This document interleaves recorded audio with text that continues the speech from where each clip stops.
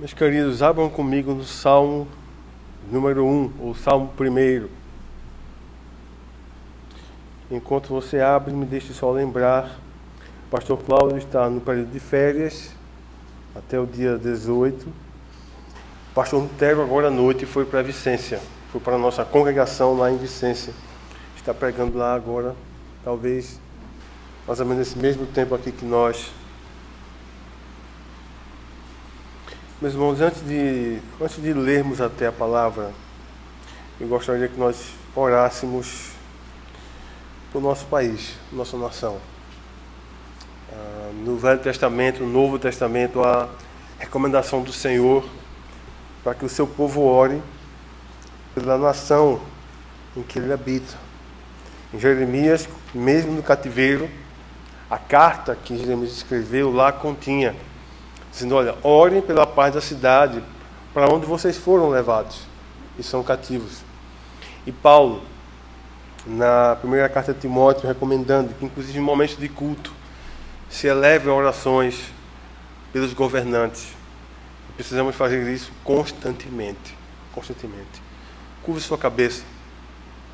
Vamos orar nesse instante. Pai Santo, Deus Todo-Poderoso, Senhor, nós sabemos que é o Senhor quem guia as nações, que o Teu conselho permanece para sempre, que o Senhor anula os intentos dos povos, frustra os desígnios das nações. Ó Senhor, mas também sabemos e temos visto que os homens colhem as ações, o fruto das suas ações, melhor dizendo. Senhor, nós temos sofrido muito aqui nesse país. E há alguns que têm sofrido muito mais do que nós. Tanta corrupção, Senhor. Tanta maldade, tanta iniquidade. Tanta opressão. Nós te clamamos por misericórdia, ó Senhor, sobre esse país chamado Brasil. Terra na qual nós nascemos, país que amamos apesar de tantas coisas, e que, de acordo com os teus propósitos, cremos que nascemos aqui para sermos sal e luz. Nascemos aqui e vivemos aqui com um propósito de te glorificar, de te adorar e de viver para o Senhor, de proclamar o Senhor nesse país. E também cremos e sabemos pela tua palavra que é responsabilidade nossa interceder por esse país, clamar ao Senhor por esta nação, para que o Senhor seja gracioso e misericordioso. Porque quando os homens aprendem, Senhor, os teus juízos, acontece justiça na terra. Te clamamos, Senhor, por graça, por misericórdia, um avivamento sobre este país.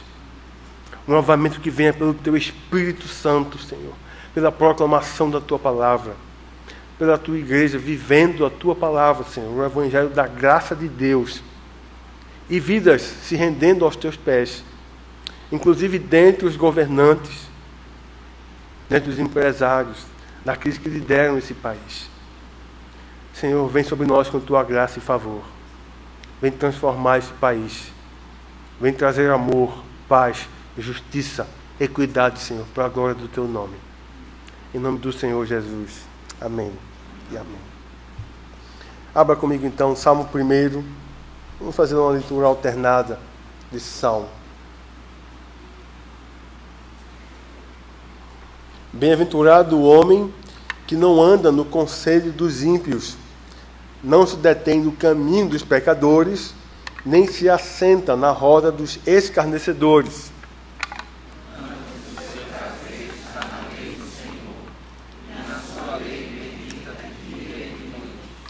Ele é como árvore plantada junto à corrente de águas, que no devido tempo dá o seu fruto, e cuja folhagem não murcha, e tudo quanto ele faz será bem sucedido.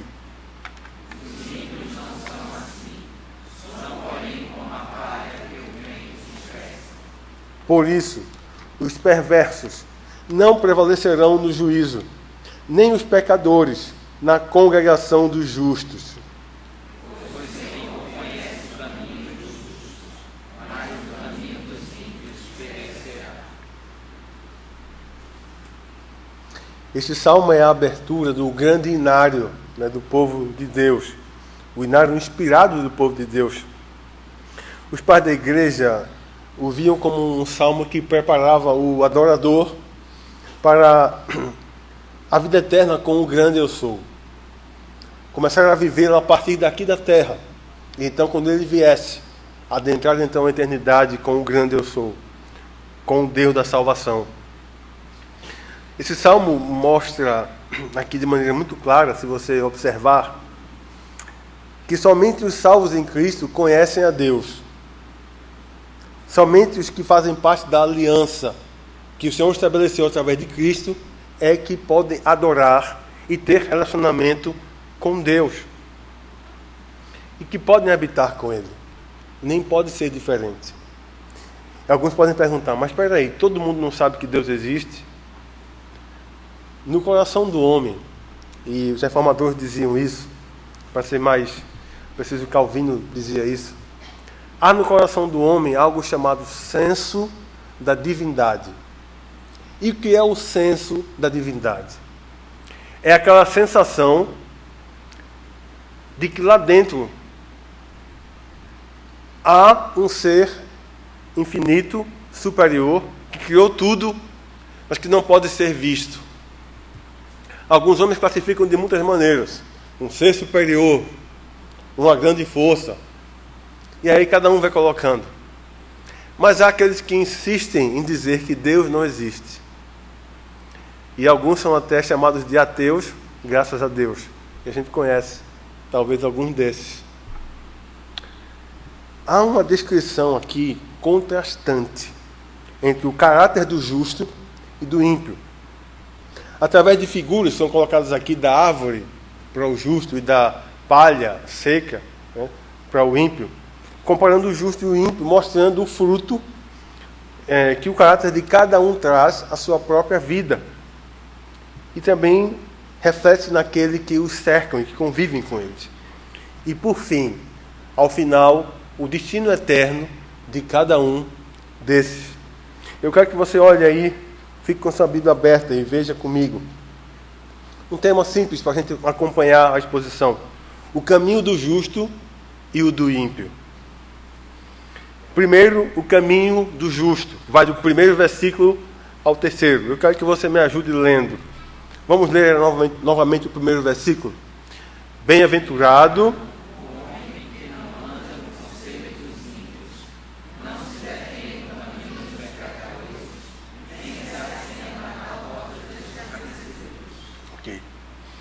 Eu sei que talvez você já saiba, mas nunca é demais lembrar o que significa ser bem-aventurado.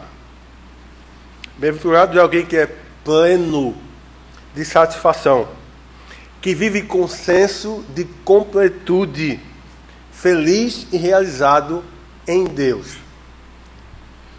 No Novo Testamento, Cristo dá as características ou descreve o caráter de quem é bem-aventurado.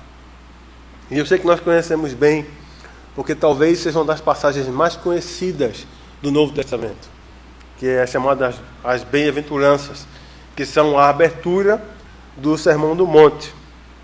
Então ali, Cristo, o nosso Senhor e Mestre, traça ali, descreve o caráter de seus discípulos, que é compreendido por todas aquelas bem-aventuranças. Humildes de espírito, os que choram, os mansos. E nesse trecho aqui, após falar que bem-aventurado é o homem que não, aí vem 3 negativas, que nesse caso são positivas. Isso aqui é um traço da poesia hebraica, um traço maravilhoso. Nós sabemos que os hebreus tinham uma forma diferente de lidar com a poesia e com a rima. A nossa rima é de palavras, de terminações de palavras. Mas a rima dos hebreus era do sentido das coisas, ou do que era colocado. Era uma rima de ideias. Por exemplo, todo mundo aqui, eu acho que já disse. Se não disse, talvez você não tenha ido à escola nesse período. Mas quem aqui no Dia das Mães nunca recitou aquele grande poema? Batatinha, quando nasce, espalha rama pelo chão. Mamãezinha, quando dorme, põe a mão no coração. Esse é o tipo de rima aqui que nós temos no Brasil, na língua portuguesa. É uma rima de terminações, ão e ão. Mas a rima dos hebreus é diferente. É como se fosse 6 e meia dúzia. É assim que eles fazem. Os salmos estão repletos disso. Alguns profetas como Isaías, Jeremias em alguns momentos, Ezequiel também. Em outros momentos você vai ver isso. Isso para dizer a mesma coisa. Mas aqui é um outro tipo. Embora seja a mesma coisa, aqui é um tipo de gradação que ele vai estabelecendo aqui nessas negativas. Aquilo que ele não faz, o que o bem-aventurado não faz, e que é bom e agradável a Deus. Então, a primeira, não anda no conselho dos ímpios. Quer dizer isso? Ele não dá ouvidos àqueles que amam a impiedade, que têm pensamentos maus e que exalam estupidez e ignorância quando abrem as suas bocas. Segunda coisa, não se detém no caminho dos pecadores. Quer dizer isso? Não convive com aqueles que vivem constantemente em pecado e têm prazer nesse pecado ou nesses pecados. Ele passa o menor tempo possível junto desse tipo de pessoa para não ser influenciado, para não se contaminar. E a terceira negativa, nem se assenta na roda dos escarnecedores. São aqueles que têm prazer em falar mal dos outros, da vida alheia, e o fazem com arrogância, zombando, se sentindo superiores, se achando os tais. Muitos desses até chegam a escarnecer do próprio Deus. Fazem piadas com o nome, inclusive, do Senhor Jesus. Tripudiam da Bíblia. E outras coisas mais. Esse tipo de pessoas, todos são pecadores, todos são ímpios. Todos são ímpios. Mas há uma gradação feita aqui pelo salmista. Bem-aventurado o homem que não anda no conselho dos ímpios, daqueles que amam a impiedade. Não está tendo o caminho dos pecadores.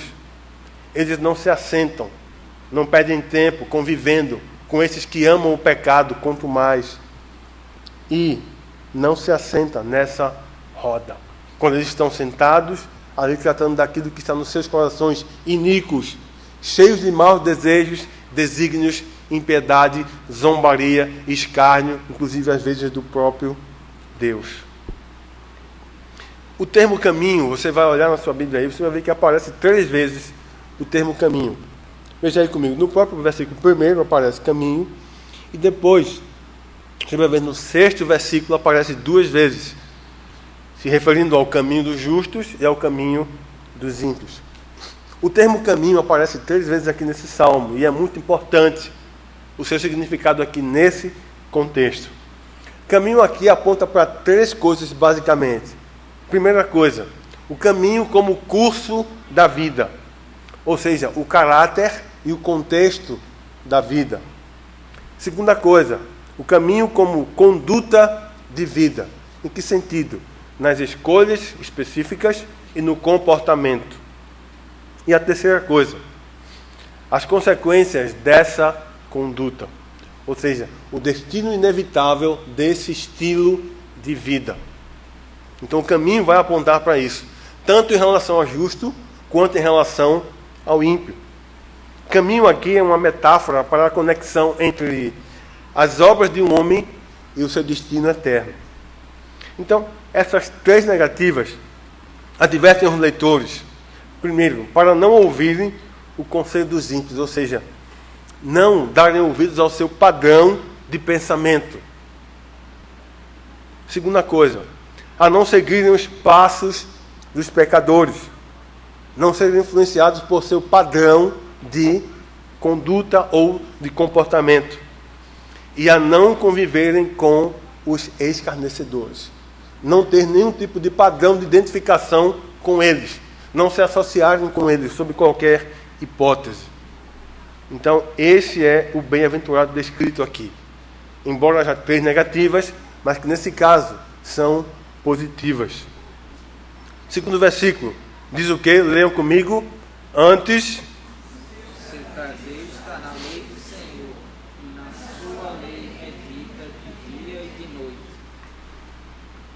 em vez de deleitar-se naquilo que a essência pecaminosa do homem produz, impiedade, iniquidade, escárnio, zombaria, o bem-aventurado tem o seu prazer naquilo que vem da essência de Deus, que é a sua lei. Então, nesse caso aqui, é a Torá, que compreende basicamente o Pentateuco, os 5 primeiros livros da Bíblia: Gênesis, Êxodo, Levítico, Números, Deuteronômio. A Torá foi dada por Deus na aliança, lá no Sinai. Você pode ler isso em Êxodo.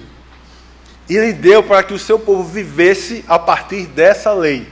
O Senhor estabeleceu o seu pacto, a sua aliança, e toda aliança ela tinha suas estipulações, os seus mandamentos. E a Torá justamente compreende esses mandamentos pelos quais o povo deveria viver diante do Senhor e com o Senhor. Então, a lei do Senhor definia e define como o homem deve relacionar-se com Deus e com o seu próximo, com o seu semelhante. Ela é cheia de bondade, de beleza e de sabedoria. E embora tenha sido dada ao povo de Deus, ainda assim, ela também tem a sua validade para todas as nações da terra. Todo o mundo inteiro, querendo ou não, está debaixo da lei de Deus. E embora não queiram admitir, por serem semelhança de Deus, mesmo que corrompida pelo pecado, distorcida, ainda assim continuam sendo imagem de Deus. Por que vocês acham que as nações, mesmo as mais ímpias, em algumas coisas ainda têm alguma noção do que é certo e do que é errado? Porque isso está no coração deles. Mesmo que eles não aceitem, a lei de Deus tem efeito e influência sobre eles. Então, para o crente em Cristo, essa lei ela é fonte de prazer, porque é a estrutura e ordem dada por Deus, que fala de Cristo, que livra do pecado e da morte. Para o não crente, ela é um fardo, é um peso, é algo opressor, porque para os ímpios que não conhecem a Deus, é simplesmente um sistema de regras de não faça isso, não faça aquilo. Você já ouviu isso muitas vezes, talvez até ainda ouça hoje. Não quero ser crente não. Crente não pode fazer nada, tudo é pecado, tudo é errado. Já ouviu isso? É isso que eles pensam de nós. Mas pensam de maneira errada. Quando aqueles que pensam conhecer a lei do Senhor, que deveriam conhecer, mas que pretensamente conhecem, vivem de maneira errada a lei do Senhor. Vivem de forma legalista, fazendo as coisas por fazer, buscando mérito. Eu fiz, eu mereço, eu sou santo, eu sou bom. Esse não é o princípio, não é a essência da lei do Senhor. O Senhor é o supremo criador, na lei do Senhor. Então o Senhor aqui, Ele é o supremo criador, o dono de tudo que existe, o eu sou o que sou, que se apresentou a Moisés na sarça. Moisés perguntou: Senhor, quando eu chegar lá e o faraó me perguntar quem enviou, eu vou dizer o quê? Diga que o eu sou te enviou. Diga que eu sou o que sou. Foi quem te enviou a faraó. Foi assim que ele se apresentou a Moisés e também ao seu povo, lá em Êxodo. Então, por ser quem Ele é, esse Supremo Senhor, dono de tudo, Ele tem todo o direito de exigir do homem um padrão estabelecido por Ele mesmo. É por isso que aqueles que o obedecem em Cristo o agradam. E aqueles que não consideram a Deus nem a sua lei são rebeldes e estão debaixo da sua ira. Eu quero que você vá comigo aí para o livro do profeta Miqueias, no 6º capítulo. Livro do profeta Miqueias, no 6º capítulo. do versículo 6 ao 8. Quero que você leia comigo. Livro do profeta Miqueias, 6º capítulo, versículos 6 ao 8.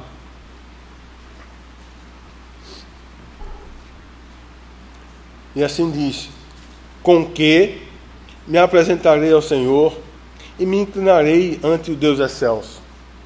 Virei perante ele com holocaustos, com bezerros de 1 ano. Agradar-se-á o Senhor de milhares de carneiros, de 10.000 ribeiros de azeite.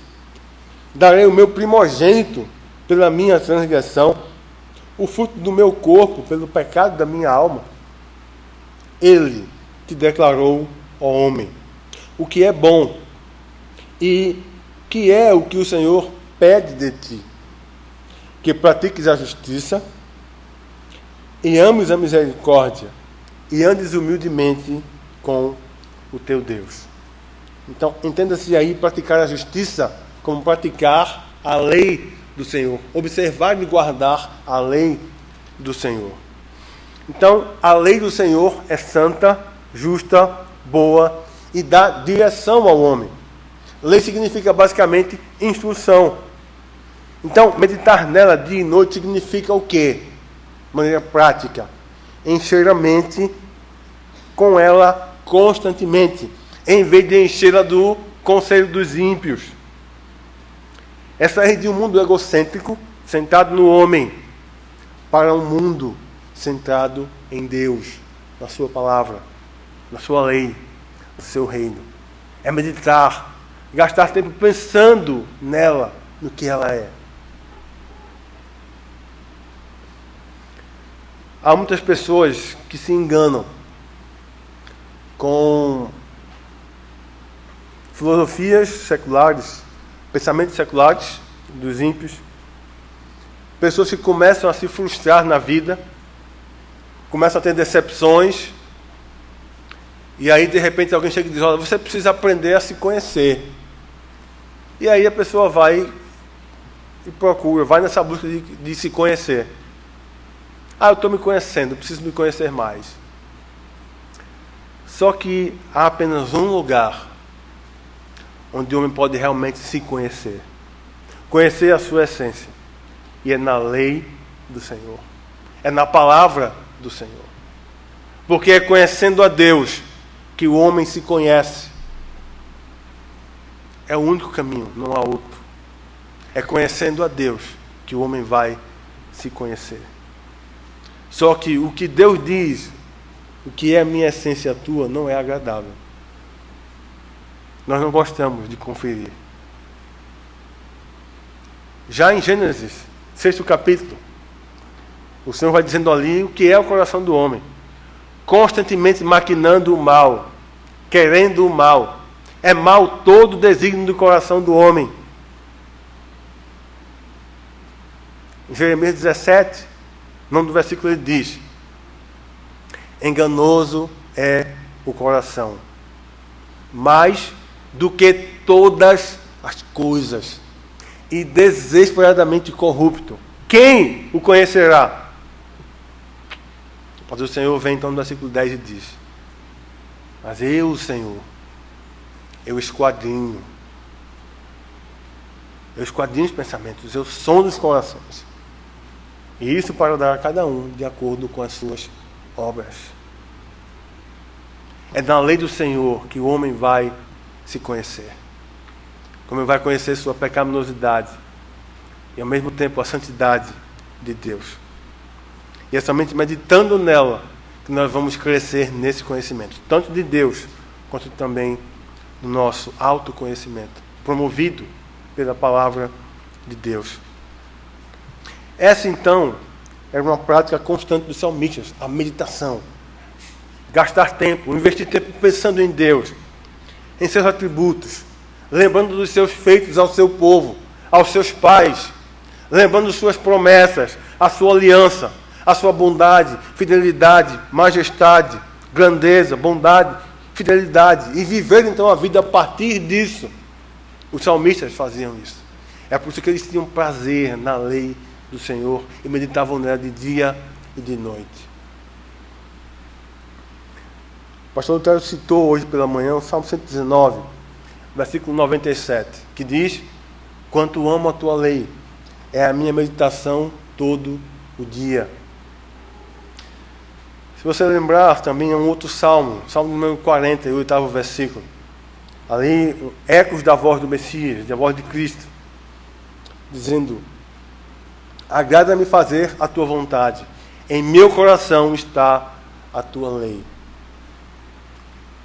Então a meditação é algo precioso, indispensável para mim e para você, enquanto filhos de Deus. Não dá para ser crente sem meditar, sem colocar em prática. E isso é gastar tempo. Não é ler um versículo ali, é assim, assim, assim, tal, amém, vai embora. Não. É pensar dia e noite. Aquilo vai remoendo, aquilo vai tomando conta. E deve chegar a tal ponto que vai passar a fazer parte de você. Havia um comentário, houve um comentário feito por Charles Spurgeon a respeito de John Bunyan. Talvez vocês conheçam John Bunyan, dentre outras obras. A mais conhecida dele é O Peregrino, fruto de seu período de prisão. Ele passou anos preso por causa do nome de Jesus, por causa do Evangelho. Spurgeon dizia o seguinte sobre ele: pegue John Bunyan e pegue uma faca, corte-o em qualquer parte do seu corpo, e ali você vai encontrar um trecho da Escritura Sagrada. John Bunyan tinha a palavra de Deus em seu coração. Quem convivia com ele percebia e via isso. Era um homem que procurava viver guiado pela lei do Senhor, pela palavra do Senhor, porque meditava, ele pensava nela. Nós vivemos num contexto em que essas gerações, as últimas, são conhecidas como a geração Velox, né? Chamam de banda larga. Tudo é para agora, tudo é para mês passado, não é nem para ontem. Tudo é para mês passado. Você vai no caixa eletrônico, clica um botão, se demora 10 segundos, que coisa lenta, que tartaruga. 10 segundos. Vou procurar outro. Já quer ir para outro caixa. 10 segundos. Você marcou com alguém no local, passa 10 minutos, sem nenhuma mensagem, que eternidade. Porque tudo é para já. Tudo é para já. Só que com a palavra de Deus não é assim. Você precisa investir tempo nela, lendo, pensando, meditando. Meditar é remoer. Geralmente os comentaristas usam isso, mas é o ato que camelo e que também o boi e a vaca fazem. Vocês sabem o que eles fazem quando comem o capim, não sabem? Eles primeiro ingerem, vai para lá. Aí como que passa uma revista, alguma coisa assim, e volta. Eles então vão mastigar. Vão ficar lá. Como se fosse para degustar, ou para extrair o que tem ali de proteína naquele capim, ou o que quer que seja. Essa é a ideia. A palavra de Deus vem, a gente coloca aqui, e depois a gente traz para pensar, para meditar. Como aplicar em minha vida? O que significa para mim, para minha família, para o meu caminho? É isso que a gente deve fazer. Terceiro versículo, acompanhe comigo. Vamos ler. Ele é como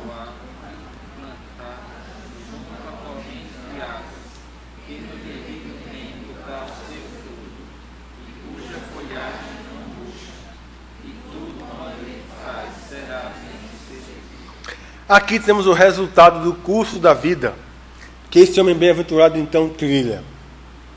O que resulta de não andar com o tipo de pessoa descrito no primeiro versículo e de ter prazer na lei do Senhor e encher com ela a sua mente e seu coração para fundamentar a sua vida. Uma árvore plantada junto à corrente de águas é a figura que ele coloca aqui. A ideia é de que nunca falta água vivificante para suprir as raízes dessa árvore. Você já parou para ver, para observar árvores que ficam junto aos rios? Como é que elas são? mesmo em tempo de calor, de seca. Já parou para observar? Uma coisa simples, né? Mas já parou para observar como é que elas são? Você passa por lá, qualquer que seja a estação. Elas estão lá frondosas e lá com os seus galhos e as suas folhas, geralmente verdes, vivas. Você percebe a vida ali. Essa é a figura que ele dá para o homem que é bem-aventurado e tem prazer na lei do Senhor. Os frutos aqui são o resultado dessa vida que vem das águas correntes, águas que estão sempre ali passando e indo para as raízes, que não deixam a folhagem da árvore murchar. Abra comigo aí em Jeremias, no capítulo 17, e veja também uma comparação que está em harmonia com essa aqui. Jeremias, no capítulo 17, versículos 7 e 8. Jeremias 17, versículos 7 e 8. Vamos ler juntos? Bendito o homem que confia no Senhor e cuja esperança é o Senhor, porque ele é como árvore plantada junto às águas, que estende as suas raízes para o ribeiro, e não receia quando vem o calor, mas a sua folha fica verde. E no ano de sequidão não se perturba, nem deixa de dar fruto. Então, a lei do Senhor, que aponta para o próprio Senhor Jesus, é a água que enche essa árvore de vida. E tudo quanto ele faz, proveniente da meditação na lei do Senhor, é bem-sucedido. E o que quer dizer ser bem-sucedido aqui? Quer dizer o seguinte: o Senhor mesmo, faz com que o caminho do homem bem-aventurado alcance a meta estabelecida por ele e não pelo homem, ou seja, alcançar os propósitos de Deus na sua vida. É o que significa aqui ser bem-sucedido. Semelhante ao que está em Josué, primeiro capítulo. Se você observar, olha, não te apartes do livro dessa lei. Antes, medite nele dia e noite, pois assim farás prosperar o teu caminho e serás bem-sucedido. Você vai cumprir todo o propósito do Senhor, Josué, para a tua vida, se você meditar na lei do Senhor de dia e de noite e cumprir tudo o que está neste livro. Vimos então aqui o caminho do justo. Agora indo para o caminho do ímpio, versículos 4 ao 6. Vamos ser mais objetivos aqui. 4º versículo. Diz o que? Leiam comigo. Os ímpios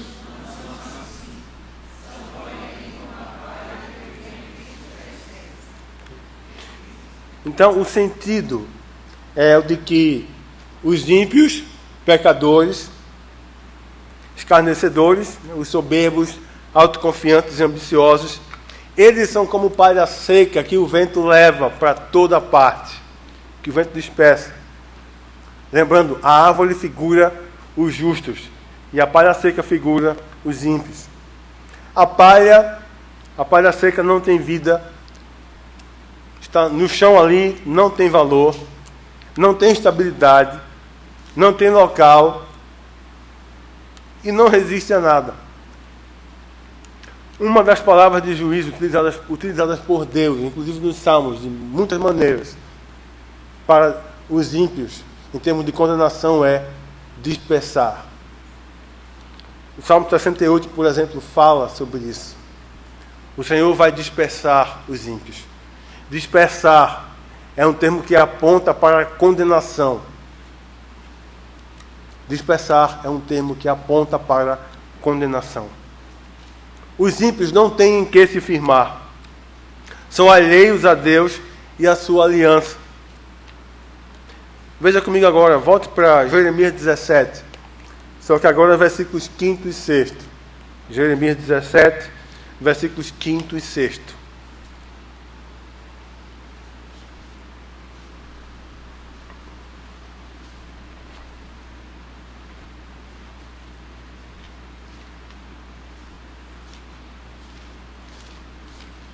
Jeremias 17, versículos 5 e 6. Vamos ler juntos? Assim diz o Senhor: Maldito o homem que confia no homem, faz da carne mortal o seu braço e aparta o seu coração do Senhor. Porque será como o arbusto solitário no deserto, e não verá quando vier o bem.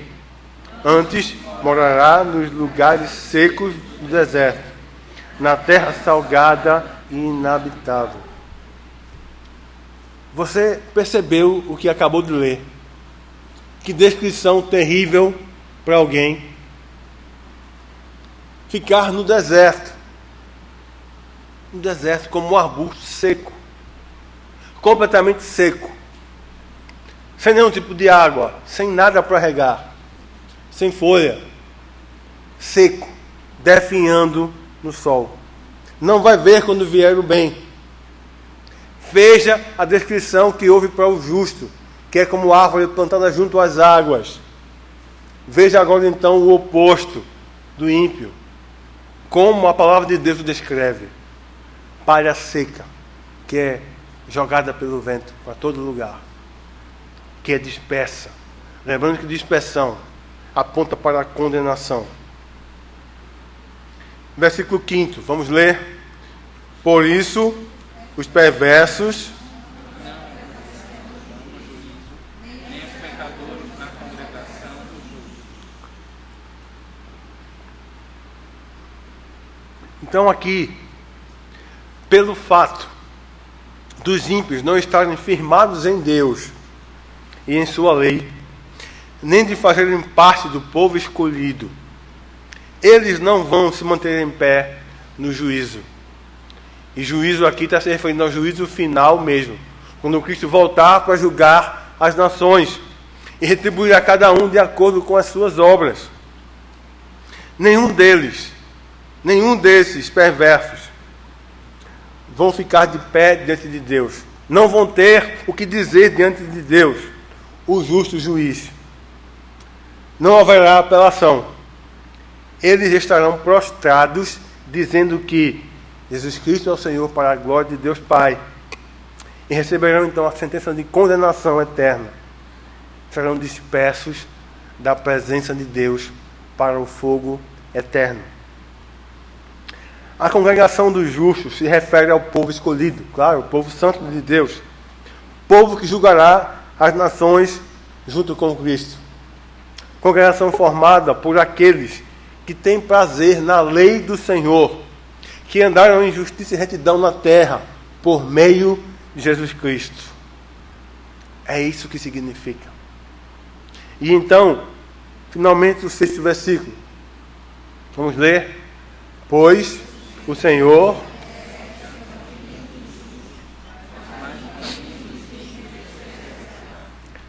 algo muito direto e definido aqui é posto pelo Senhor em relação aos justos e aos ímpios. Primeira coisa, o Senhor conhece o caminho dos justos. Lembram? Caminho, curso da vida.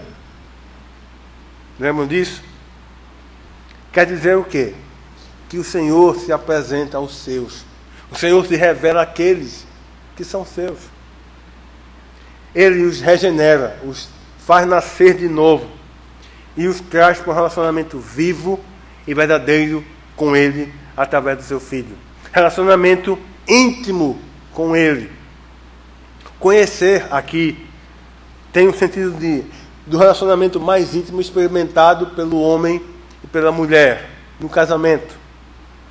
A ideia desse verbo aqui se reporta, sim, ao relacionamento sexual, que é a maior expressão de intimidade entre um homem e uma mulher.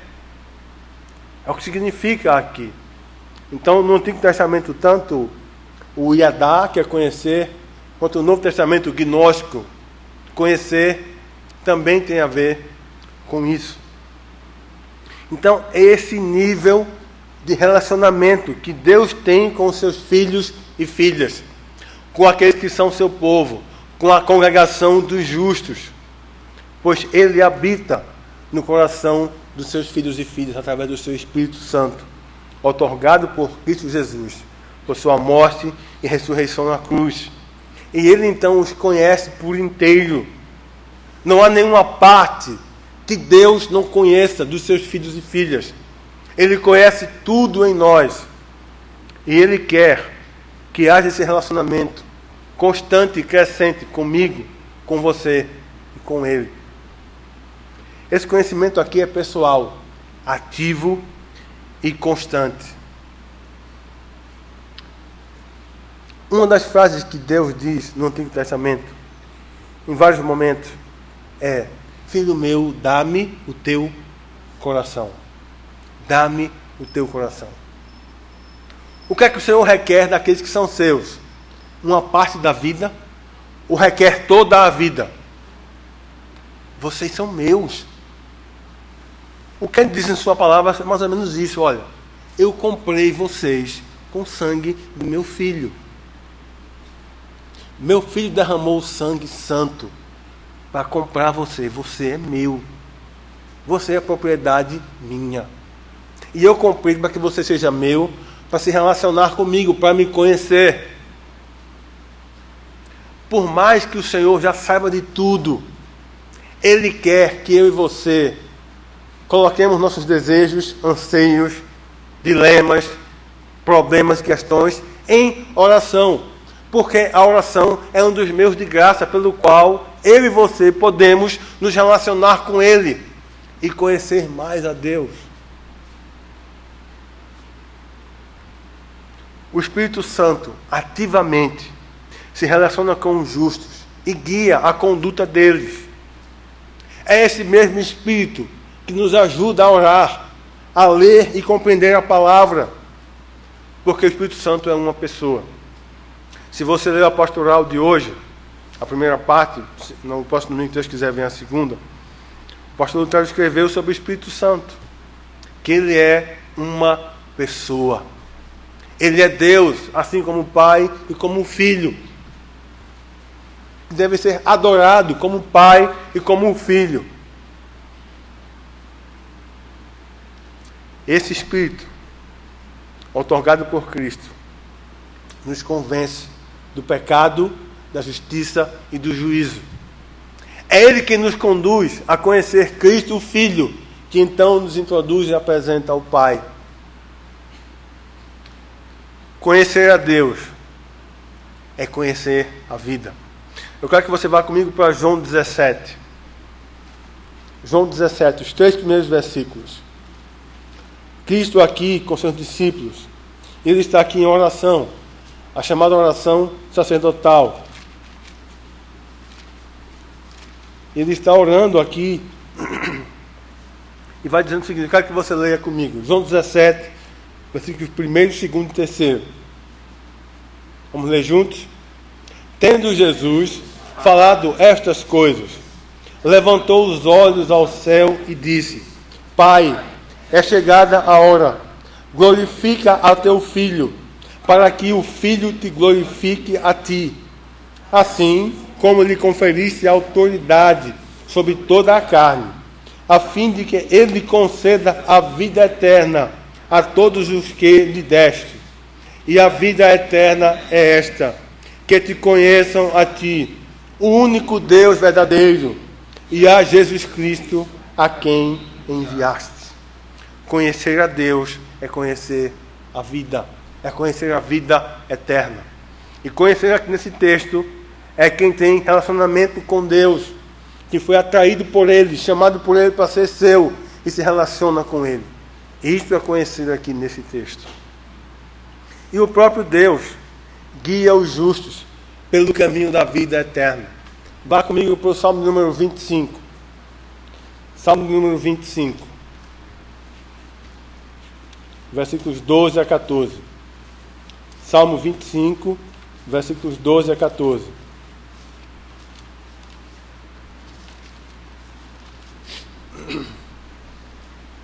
Juntos novamente. Ao homem que teme ao Senhor, Ele o instruirá no caminho que deve escolher. Na prosperidade repousará a sua alma, e a sua descendência herdará a terra. A intimidade do Senhor é para os que o temem, aos quais Ele dará a conhecer a sua aliança. Percebam como a palavra de Deus guia o seu povo. O seu Espírito nos guia através da sua palavra. E é maravilhoso podermos perceber isso em nossa vida. Por causa da graça e da misericórdia do Senhor, Ele nos guia em seu caminho. Os justos não errarão o caminho. Não importa o que aconteça aqui. Somos guiados por Ele. E vamos chegar ao resultado final que Ele estabeleceu para mim e para você, enquanto justificados por Ele em Cristo, o seu Filho. E a última frase então diz: mas o caminho dos ímpios perecerá. O sentido aqui é que os ímpios que não conhecem ao Senhor e desprezam a sua lei, que não foram salvos por Ele, não escaparão da ira divina. O destino deles é o inferno, o lago de fogo que arde como enxofre, cujo fogo nunca se extingue, nunca se apaga. Esse é o destino dos ímpios. E que aplicações então aqui temos para isso? Primeiro, como disse várias vezes aqui, todos os salmos são cristocêntricos e alguns são claramente messiânicos. Jesus Cristo somente corresponde à figura desse justo, que é como árvore plantada junto à corrente de águas. Por Ele ser o nosso representante fiel, vencedor, e aquele em quem estamos inseridos, compartilhamos do seu espírito de satisfação na lei do Senhor. Como já citamos anteriormente, Salmo 40, versículo 8. Agrada-me fazer a tua vontade, em meu coração está a tua lei. Ecos da voz do Messias nos Salmos. Essa árvore descreve também o estado feliz, sim, de plenitude de satisfação dos justos, que aguardam a entrada na cidade celestial, depois que o Senhor eliminar os ímpios da terra e então os introduzir na morada celestial. Vá comigo para Ezequiel, no capítulo 47, no versículo 12. É uma passagem belíssima aqui, falando sobre esse futuro também. Ezequiel 47 e o versículo 12.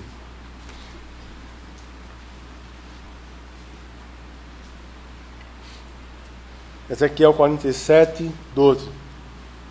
Vamos ler juntos?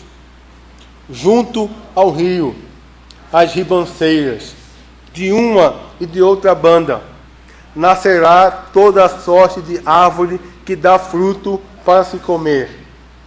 Não fenecerá a sua folha, nem faltará o seu fruto. Nos seus meses produzirá novos frutos, porque as suas águas saem do santuário. O seu fruto servirá de alimento, e a sua folha de remédio. Se você comparar isso com o que está em Apocalipse, você vai ver que Cristo é essa árvore aqui. E produz outras árvores para estarem na presença de Deus eternamente, dando frutos para a glória do seu nome. Essa imagem arbórea, ela tem seu pleno cumprimento em Cristo. O Evangelho de Cristo cumpre a justiça da lei para os crentes em Cristo. Eu e você não tínhamos como cumprir a lei do Senhor. Cristo veio para cumprir essa lei por mim e por você. E hoje, em Cristo, eu e você recebemos graça e poder para praticar essa lei para a glória de Deus. E o Espírito Santo é quem escreve essa lei em nossos corações. Ele é o objeto do anseio da alma dos seus justos e o foco da meditação deles. Jesus é a água que sustém a nossa vida eterna. Vá comigo para Ezequiel, capítulo 36. Ezequiel, capítulo 36, a partir do versículo 23.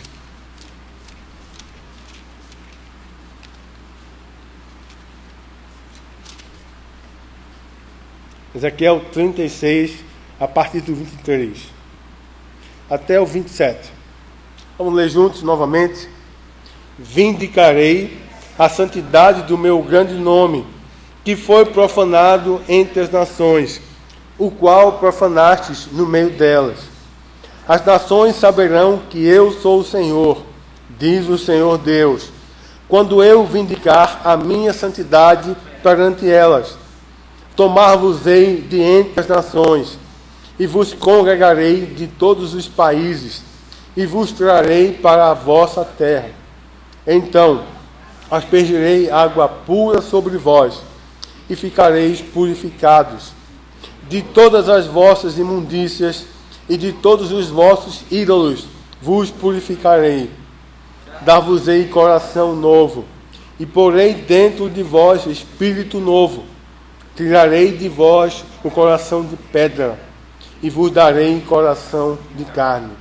Porei dentro de vós o meu espírito, e farei que andeis nos meus estatutos, guardeis os meus juízos e os observeis.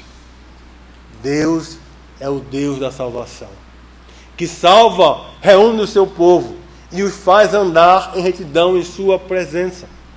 Para isso ele pôs em nós o seu Espírito, sem o qual não haveria a mínima possibilidade de eu e você cumprirmos a lei do Senhor e termos prazer nela. Algumas aplicações finais aqui, então. Encha a mente com a palavra de Deus. Pense nela durante o dia. Tome decisões baseando-se nela para glorificar a Deus e não entrar em apuros. Não basta apenas decorar. Você pode saber esse livro aqui todo decorado. Você pode saber decorar inclusive no grego e no hebraico. Você pode fazer essa façanha. Mas se você não para para meditar e para colocar em prática, isso vai servir de condenação para você somente. Vai servir de condenação somente. Não basta citar, é preciso guardar, praticar o que está sendo lido. Isso é o que importa. Tiago, em sua epístola, deixa isso muito claro. Muito claro. Sejamos praticantes e não simplesmente ouvintes da palavra da verdade. Aquilo que toma conta da mente do homem é o que molda a sua vida. Limpe a mente daquilo que é desnecessário, daquilo que você sabe que não agrada a Deus. Você quer saber o que ocupa a mente de uma pessoa? Faça uma enquete com ela. Faça perguntas. Vá pelos seus gostos. O que é que você gosta mais? O que é que você gosta de esportes? Eu gosto de ver o Brasileirão. Eu gosto de ver não sei o quê. Copa da UEFA. Campeonato espanhol, italiano, alemão, inglês. Por aí vai. Eu gosto muito de seriado. Eu gosto de programa de culinária. Eu gosto disso, daquilo outro. Ele vai dizendo, né? Aí você pergunta, e aí? Quanto tempo você gasta com isso? Tantas horas. Às vezes eu assisto 2 jogos de uma vez. 2 jogos de uma vez. Dá quanto tempo? Se você considerar intervalo, entrevista às vezes, aquilo e outro, vai dar cerca de 4 horas. É um bom tempo do dia, não é? Limpe a sua mente de coisas desnecessárias. Faça um cronograma do teu dia a dia. Desde quando você acorda, o que você faz durante o dia, e veja naquilo que você tem perdido tempo e até gasto naquilo que não agrada a Deus e que não é útil. Faça isso, comece a fazer uma faxina no tempo, para você encontrar tempo para aquilo que realmente é de valor eterno, que é a lei do Senhor, porque dela depende a tua vida. Há um pregador contemporâneo que disse o seguinte certa vez: trate a palavra de Deus como se a tua vida dependesse dela, porque na verdade depende mesmo. Qual é o valor que você dá à palavra de Deus, à lei do Senhor? Tudo começa com a palavra. A fé vem pela pregação da palavra de Cristo. A santificação e o crescimento espiritual também vem da palavra de Cristo. A disciplina no estudo e meditação da palavra vai nos dar força, sabedoria e discernimento para não tomarmos parte nas obras dos ímpios. Não basta apenas decorar, guarde isso. É preciso guardar, aplicar, colocar em prática a palavra de Deus. Você que entrou aqui, ou talvez esteja assistindo aí na internet, você conhece de fato a Deus? Você conhece de fato a Jesus Cristo, o Senhor? Ele já é o teu Senhor? Se ainda não, você está caminhando a passos largos para o inferno. Todo sentido e significado que você busca para a vida está em Jesus Cristo e na sua lei. Porque a lei do Senhor é perfeita e restaura a alma. Se você acha que é bom, que é muito bom, e que merece o céu, eu tenho que dizer a você que você não é bom e que você não merece o céu. O céu é graça, favor. E só é dado através de Jesus Cristo, o Filho de Deus. É necessário reconhecer os pecados, se arrepender, para que então passe a conhecer a Deus, se relacionar com Ele e fazer parte dessa congregação dos justos. Jesus Cristo é a nossa fonte de água viva. Ele é o justo que justificou a muitos. Por meio dele, nós temos prazer na lei do Senhor. Somos guiados por Ele para a entrada na vida eterna. E é por isso que dizemos glória a Deus pelo dom da vida, por meio de Jesus Cristo, seu Filho. Amém e amém. Feche seus olhos e por uns instantes reflita. Você de fato conhece a Deus? E se você conhece, o teu conhecimento tem crescido, tem aumentado, o teu prazer nele tem aumentado, o prazer na lei do Senhor. Como é que é na tua vida de leitura diária da palavra, de meditação, de estudo bíblico, as devocionais? Isso é fundamental para a nossa vida. Isso é como água e comida para sustentar a nossa alma.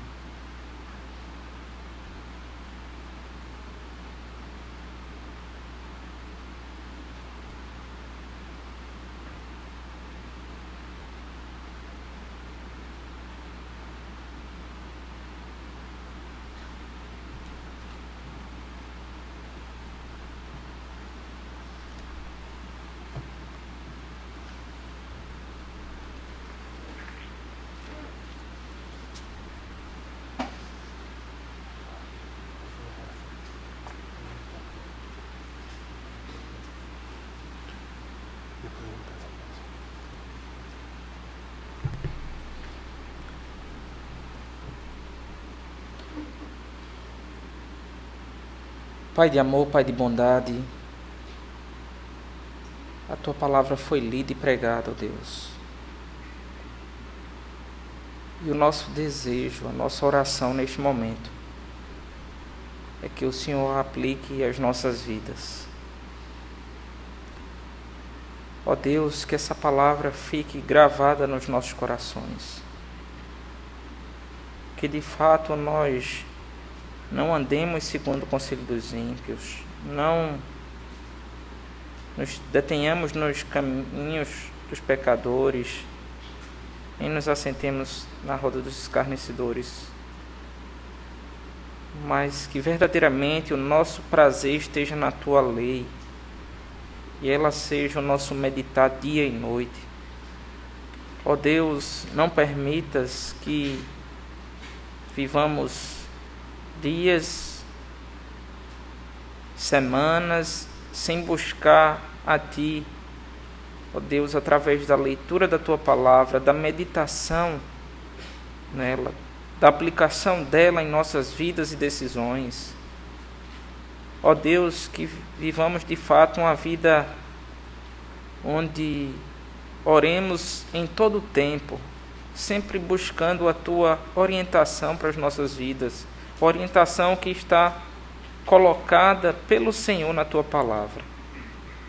Ó Deus, muito obrigado, porque aprendemos nesta noite como podemos, ó Deus, caminhar de maneira segura. Ó Deus, muito obrigado, porque Jesus, Ele é o nosso Salvador, mas é também o nosso exemplo. O Teu Filho, mesmo sendo Deus, não deixava de Te buscar